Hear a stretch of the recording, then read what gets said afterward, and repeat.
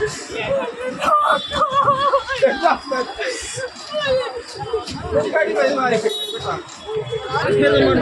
बात मेरी बात मानना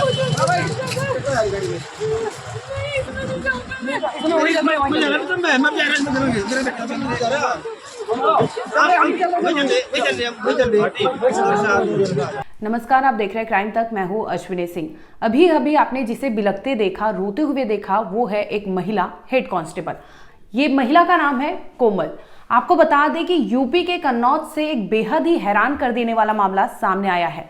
आपको याद होगा कि कानपुर के बिकरू कांड, कानपुर का बिकरू कांड वो कांड है जिसे आज भी भुलाया नहीं भूला जा सकता, जिसमें विकास दुबे एंड पूरे गैंग ने पुलिस पर हमला किया था, जिसमें कई पुलिसकर्मी हमारे शहीद हुए थे, आला अफसर भी शहीद हुए थे, जिसे आज तक भी याद किया जाता है। लेकिन उसी की तर्ज पर कन्नौज में भी इस वारदात को अंजाम दिया गया, जहां पर सिपाही सचिन बकायदा वारंट लिए मुन्ना यादव, यानी हिस्ट्री शीटर है वो इलाके का, जिसका वारंट निकला था, वारंट लिए वो रात के करीब उसके ठिकाने पर पहुंचते हैं, दबिश डालने के लिए पहुंचते हैं, जिसकी उन्हें पता चल जाती है कि यहाँ पुलिस दबिश डालने आ रही है। जिसके बाद उन पर फायरिंग किया जाता है, हमला किया जाता है, जिसमें सिपाही सचिन राठी घायल हो जाते हैं। दरअसल घायल होने के बाद उन्हें अस्पताल में इलाज के लिए भर्ती कराया जाता है, जिसके बाद वो वहां पर दम तोड़ देते हैं। दरअसल वारदात को अंजाम 25 दिसंबर को दिया गया, यानी एक और सब क्रिसमस ईव सेलिब्रेट कर रहे थे। इसी दरमियान कन्नौज की पुलिस वहां हिस्ट्री शीटर मुन्ना यादव के घर दबिश डालने के लिए पहुंचती है, बाकायदा वारंट लिए, जिसकी भनक मुन्ना यादव को हो जाती है। जिसके बाद मुन्ना यादव अपने बेटे रिंकू को लेकर छत पर चले जाते हैं। छत पर से ही पुलिस की टीम पर गोलियां बरसाना शुरू कर देते हैं। यहाँ पर क्रॉस फायरिंग होती है, दोनों गुटों में आपस में तकरीबन 40 राउंड फायरिंग की जाती है, जिसमें सिपाही सचिन राठी घायल हो जाते हैं, जिसके बाद उन्हें अस्पताल ले जाया जाता है। आपको बता दें कि इस वारदात को अंजाम देने के लिए बकायदा हिस्ट्री शीटर की जो पत्नी है वो भी साथ देती है। इसके साथ ही उस गांव में जो प्रधान होती है श्यामा है, वो भी उनका साथ देती है। यानी एक क्रिमिनल का साथ बकायदा इस पूरे लोगों ने दिया था, चाहे उनकी पत्नी हो, चाहे उसका बेटा हो, चाहे उस गांव की प्रधान हो। इन तीनों ने जमकर मुन्ना यादव को सपोर्ट किया, जिसके बाद उन्होंने फायरिंग पुलिस की टीम पर की थी। ठीक ऐसा ही केस जैसा बिकरू कांड में विकास दुबे एंड टीम ने पुलिस पर फायरिंग कर दी थी, जिसमें कई पुलिसकर्मी शहीद हो गए थे। ठीक ऐसा ही कन्नौज में भी हुआ, जहां पर हिस्ट्री शीटर को पकड़ने गई टीम पर उन्होंने फायरिंग कर दी, जिसमें हमारे सिपाही, जो जांबाज सिपाही थे सचिन राठी, उनकी दर्दनाक मौत हो गई है। आपने कुछ देर पहले देखा होगा कैसे उनकी जो मंगेतर है वो बिलख रही थी, रो रही थी। यहाँ तक वो कह दी कि मुझे जानना है किसने ये किया है, अगर आप इसको कार्रवाई नहीं करेंगे तो मैं भी अपनी जिंदगी जीना नहीं चाहती, मुझे भी मौत को गले लगाने पर मजबूर ना किया जाए। इसके साथ ही अगर परिवार की बात करें तो सचिन राठी के परिवार भी काफ़ी गमगीन है, दुखी हैं कि उनके बेटे, नौजवान बेटा 27 साल की उम्र थी, 4 फ़रवरी को उसकी शादी थी। शादी के ठीक एक से 1.5 महीने पहले ये कांड हो जाता है, जिसमें उनकी मौत हो जाती है। आप सोच के देखिए उस परिवार पर क्या बीत रहा होगा, जिस परिवार ने अपने नौजवान बेटे को खोया होगा। उस पिता पर क्या गुजर रहा होगा जिसने अपने बेटे की अर्थी अपने कंधे पर रखा होगा।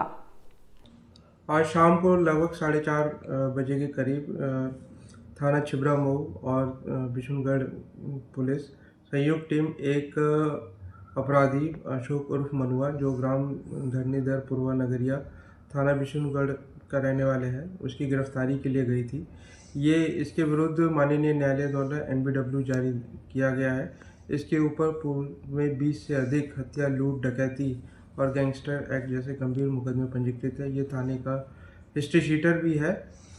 जब पुलिस टीम इसकी गिरफ्तारी के लिए की गई हुई थी तो इसने पुलिस टीम पे फायर कर दिया, जिसमें थाना बिशुनगढ़ में तैनात आरक्षी सचिन राठी के जांघ में गोली लगी।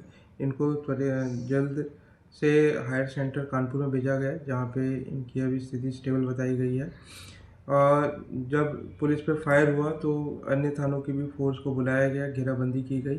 ये अपने घर के अंदर से पुलिस टीम पे फायर करते रहे और लगभग 2-2.5 घंटे के लंबे ऑपरेशन के बाद जब ये अंधेरे का फ़ायदा उठाकर भागने का प्रयास करते हुए, पुलिस पे फायर करते हुए भाग रहे थे, तो जवाबी कार्रवाई में पुलिस द्वारा भी इन पे फायर किया गया। इनके पैरों में गोली लगी है। इसमें जो मुख्य अभियुक्त है अशोक और इनके पुत्र टिंकू, ये अपने घर के अंदर से फायर कर रहे थे और अंधेरे का फ़ायदा उठा के भाग रहे थे, जिसमें जवाबी कार्रवाई में जब इन गोली लगी है, इन दोनों को हॉस्पिटल भेजा गया है। इसमें इनके पास से 2 तमंचे और चेकिंग के इनके घर की तलाशी के दौरान इनके यहाँ डबल बैरल एक राइफ़ल भी बरामद हुई है। इनके घर की तलाशी चल रही है। जो भी अन्य तथ्य सामने आएंगे उनसे अवगत कराया जाएगा। इस पूरे प्रकरण में मुकदमा पंजीकृत कर विधिक कार्रवाई की जा रही है। जी आपका नाम? देवेंद्र राठी। आप जो शहीद हुए हैं कांस्टेबल, उनके क्या लगता चाचा लोगों। है? क्या आखिरी बार कब बात हुई थी उनसे, कोई जानकारी? अभी छुट्टी आ रहा था जब मेरी मुलाकात हुई थी। अभी छुट्टी का आओ, 2-3 दिन पहले छुट्टी आ रहा था। कब भर्ती हुए थे? ये 2019 में हुई थी। वो 2018 की भर्ती थी, वो 19 में पूरी हुई थी, उसमें हुए थे। अच्छा, परिवार में कौन कौन है? परिवार में जो है उसके एक भाई है, बहन है एक छोटी, और माँ बाप है उसके। ये परिवार तो छोटा ही परिवार है फिलहाल तो। उसका भाई कन्नौज में जानकारी हो कब से थे ये? कन्नौज में थे शुरू से ही, कई साल हो लिए जब से ही कन्नौज में थे। अब जो रात घटना हुई है इसके बारे में क्या कहना चाहेंगे आप सरकार बाकी सरकार से मैंने यही कहे भाई हमारा तो चला गया। एक तो उसे शहीद का दर्जा मिलना चाहिए, जी। और एक जिन लोगों ने काम करा उनका सफाना चाहिए, उन्हें भी इसी मौत मारना चाहिए। बदमाशों का ख़त्म कर देना चाहिए, बदमाशों को पूरी यूपी से। यही मांग है हमारी सरकार से। जो कर मारा गया वे मरना चाहिए। कब तक पार्थिव शरीर आने की उम्मीद है, क्या बता? कल सुबह तक आ जाएगा। कल अंत्येष्टि करेंगे सुबह ही कल गाँव में अंत्येष्टि करेंगे। कन्नौज से बताया, कन्नौज में अच्छा लगा वो, वहाँ सलामी होगी, उससे फिर वहाँ से आऊँगा। 10-12 घंटे शायद लग जा। उसके बाद सुबह ही अंत्येष्टि होगी। शादी में होनी थी फरवरी में। फरवरी में शादी थी। आपको बता दें कि सचिन राठी यूपी के मुजफ्फरनगर के रहने वाले थे। इनकी भर्ती पुलिस में बकायदा साल 2019 में हुई थी, जिसके बाद से वो वहां पर कार्यरत थे। इसी दरमियान वो 25 दिसंबर साल 2023 को मुन्ना यादव के घर, यानी हिस्ट्री शीटर मुन्ना यादव के घर बकायदा वारंट लेकर जाते हैं, जिसमें फायरिंग की जाती है और फायरिंग में उन पर हमला होता है। जिसके बाद वो कानपुर के रिजेंसी अस्पताल में अपनी अंतिम सांस लेते हैं। आपको बता दें कि इनकी शादी फिक्स थी, 4 फ़रवरी को होनी थी। जिसके बाद मंगेतर यानी कोमल भी कांस्टेबल के पद पर तैनात है। उन्हें जैसे ही खबर मिली वो रोते गाते अस्पताल में पहुंचती है। जिसके बाद उन्हें चुप कराना परिवारजनों के लिए बेहद मुश्किल होने लगा। जिसके बाद उन्हें कैसे जैसे तैसे लोगों ने गाड़ी में बिठाया। गाड़ी में बैठते वक्त कोमल यही कह रही थी कि मुझे बताओ आखिर ये कांड कैसे हुआ, किसने किया।